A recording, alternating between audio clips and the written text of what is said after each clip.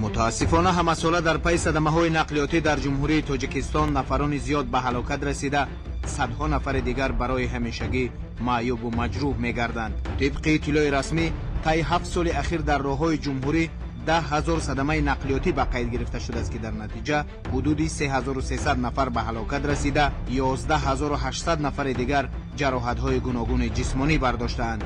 با اطلاع مقامات دخلدار، حالت‌های از طرف رانندگان مست و به حجت رانندگی بوده، اداره نمودن واسطه نقلیات و صادر نمودن صدمه‌های نقلیاتی در این حالت نیز زیاد به قید گرفته شده است.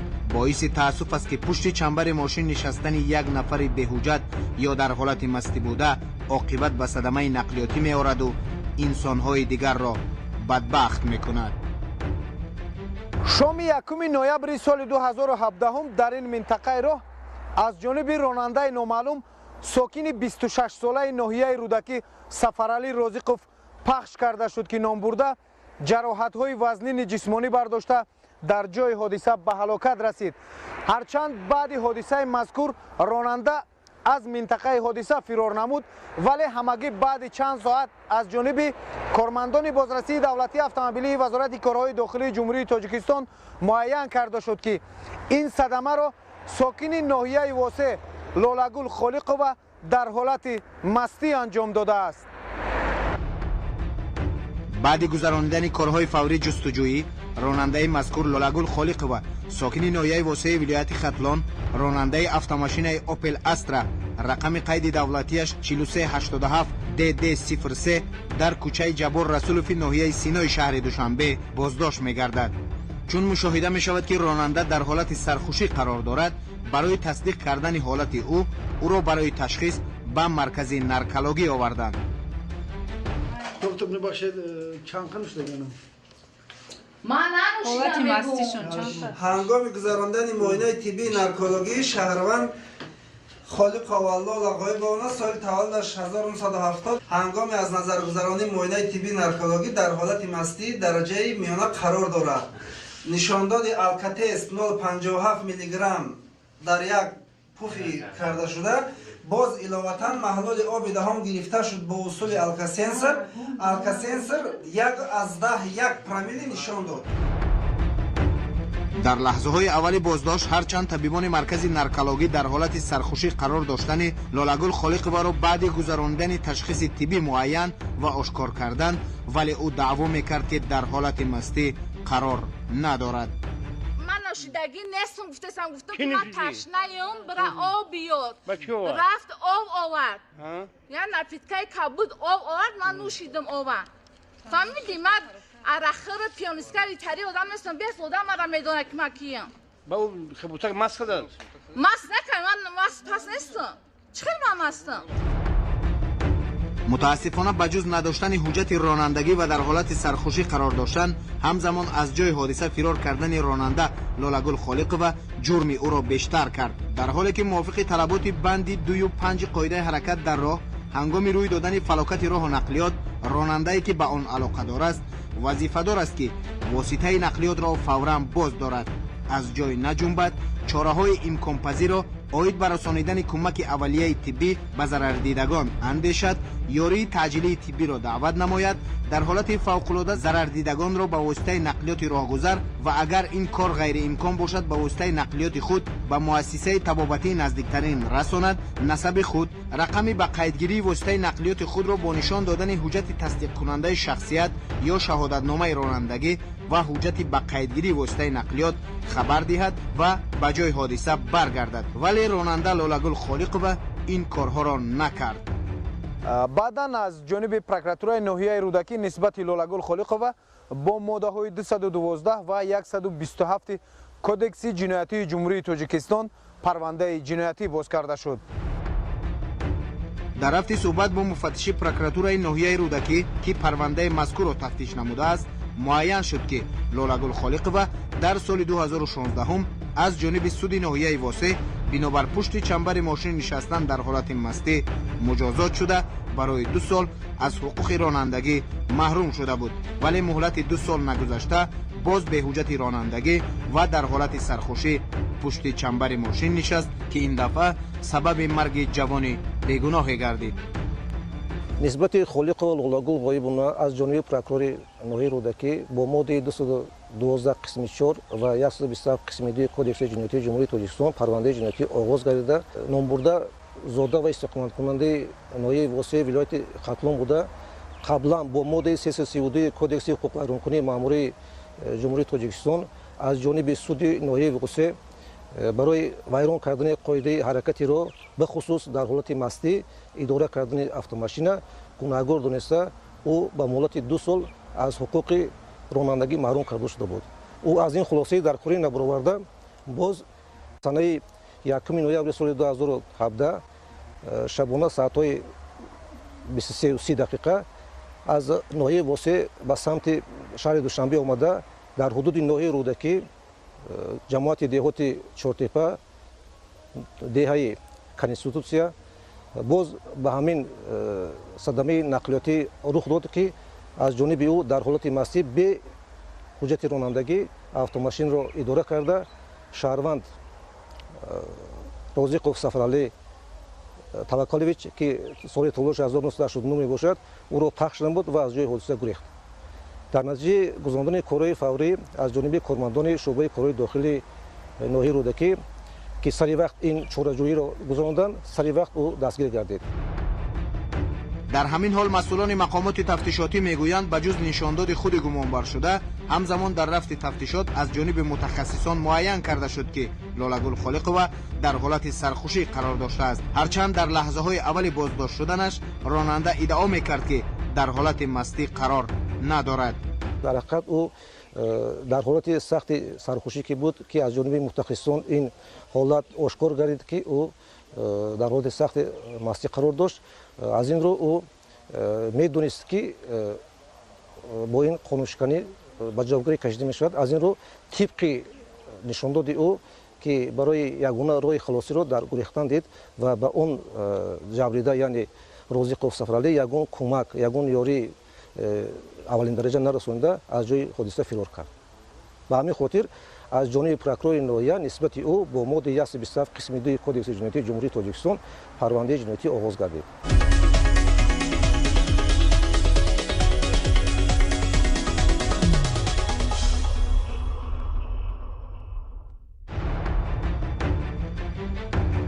رانندگان باید فراموش نکنند که موافق تغییرات به کدکس حقوق ویرانکنی ماموری جمهوری تاجیکستان نسبت رانندگان قانون شکن مهلت از حقوق رانندگی محروم نمودن از 2 تا 10 سال زیاد کرده شد.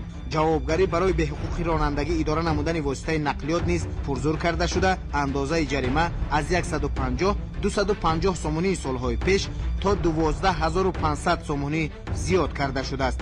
برای اداره نمودن واسطه نقلیات از طرف شخصی که حقوق رانندگی ندارد و در حالت مستی قرار دارد جریمه از 2500 سومونی سالهای پیش تا 20000 سومونی بلند کرده شد. همزمان در کدکس جنایتی جمهوری تاجیکستان نیز در سمت راه و نقلیات تغییرات وارد کرده شد. قبلا تا 28 میانگی سال 2017 در کدکس جنایتی جمهوری تاجیکستان ماده 212 که این ویران کردن قاعده حرکت در راه و استفاده واسطه نقلیات بود.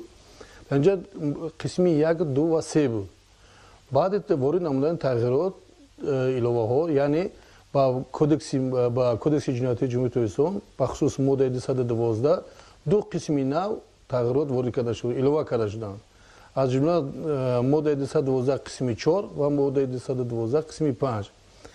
ماده 212 قسم 4 ویران کردن قاعده حرکت را در جانب شخصی اداره کننده автомашин در حالت مستی یا به داشتن حقوق رانندگی همین حالت است و جوابگری رو برای همین جنایت خیلی پرزور نمودند. از جمله برای صادر نمودن جنایت در حالت ویران کردن قاعده حرکتی را جزا در نمود محروم ساختن آزادی از مدت از 5 تا 10 سال که در حالت مستی که باعث مرگ جبریده گرده باشد در این یک نفر. اگر در صادر نمودن جنایت ویران کردن قاعده حرکت در راه در نتیجه همین ویران کردن قاعده در حالت سرخوشی مستی قرار داشته باشد راننده و 2 و زیاده شخص جبریده باشند فوتیده باشند جوابگری جنایتی برای چنین جنایت جزا در نمود محروم ساختن آزادی از 10 تا 15 سال پیش نمودند.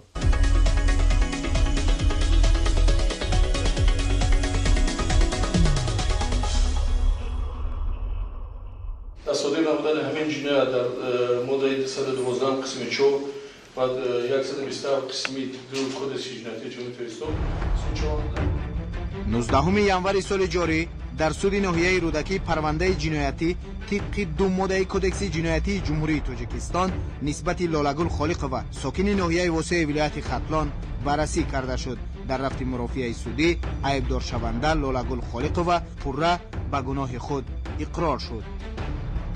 خودرو در صدیر نمودن جنایت ها با ماده 212 قسم 4 و 127 قسم 2 کدکس جنایتی جمهوری تاجیکستان گناهکار می‌سازد بدون پورا.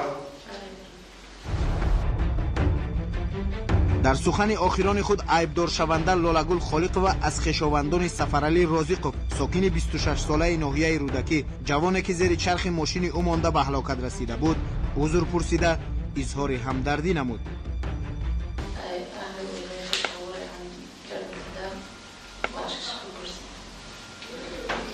بخشش که خیلی همین کار شدم یک کار فرق بودم من هم میخواستم همین کار کنم بعد دشمن خود را همین کار کردنی هم نیستم من از اون بسیار دشمنی هم نداشتم یا اون سوی قصدی نداشتم بعد کلی فعلی خود پشیمانم اشما التماس میکنم که همدردی من رو برای قبول کنم.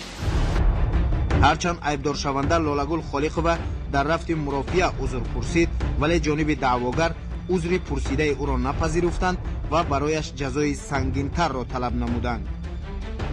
имрӯз дар суди ноҳияи рӯдакӣ парвандаи ҷиноятӣ нисбати Лолагул Холиқова баррасӣ гардид ва дар рафти мурофиаи судӣ Лолагул Холиқова ба гуноҳи худ пурра иқрор шуд ва суд нисбати ӯ чунин ҳукм кард. در مجلس اشکارای سودی در بینای سودی نوعی رودکی پرونده جنایتی نسبت خالق و لولاگل غایب بونه 28 ایولی 1970 سالی تولدش که در صادر نمودن جنایت با قسم 4 ماده 212 و قسم 2 ماده 127 کدکس جنایتی جمهوری تاجیکستان پیش بینی شده را دیده برآمده نطق ایبدار کننده دولتی برآمد جبردیده حمایتگر و سخن آخرین سودشونده را شنیده با دسترسی ماده های 310 332 335 338 339 341 343 347 348 350 و 359 کدکس مرافعه جنایتی جمهوری تاجیکستان суд ҳукм кард. Холиқ ва Лолагул Ғоибовна дар содир намудани ҷиноят бо моддаҳои 212 қисми 4 ва 127 қисми 2 кодекси ҷиноятии ҷумҳури Тоҷикистон гунаҳгор дониста шавад. Ба Холиқ ва Лолагул Ғоибовна бо моддаи 212 қисми 4 кодекси ҷиноятии ҷумҳури Тоҷикистон ҷазои маҳрум сохтан аз озодӣ ба муҳлати 6 сол бо маҳрум намудан аз ҳуқуқи идораи воситаи нақлиёт ба муҳлати 10 сол.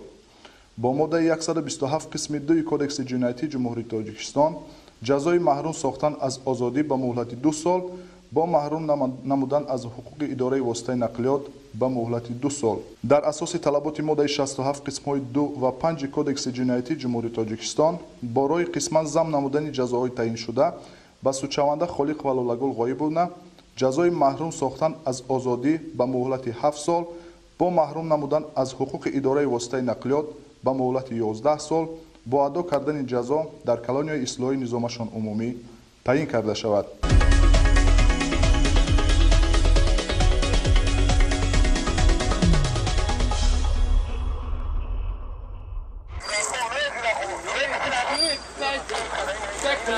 طبق اطلاع مسئولین ریاست بازرسی دولتی اتومبیلی وزارت کارهای داخلی جمهوری تاجیکستان از اول سال 2018 تا امروز در راههای جمهوری 50 صدمه نقلیاتی به قید گرفته شده است که در نتیجه 18 نفر به هلاکت رسیده 54 نفر جراحت‌های وزنین و گوناگون برداشته‌اند. با گفته مسئولان بعد تغییر ایلاوه‌ها با قانون‌های جمهوری تاجیکستان در سمت راه و نقلیات و گران نمودن جریمه و به جوابگری جنایتی کشیدن رانندگان قانون شکن شهروندان کوشش می‌کنند کمتر در حالت مستی و بهوجت رانندگی پشت چنبر ماشین نشینند. این همه باعث شده است که در سمت راه و نقلیات نسبت به سال‌های پیشتر قانون شکنی‌ها کمتر به قید گرفته شوند. با گفته همصحبت ما حالت کم شدن صدمه‌ها و دیگر قانون شکنی‌ها در سمت راه و نقلیات در ناحیه رودکی نیز به نظر می‌رسد. баъди ворид гардидани тағйироти иловаҳо аз 28 август соли 2017 хушбахтона содир намудани ҳамин ҷиноятҳо дар ҳолати мастӣ ронандани автомошино хеле кам гардидааст.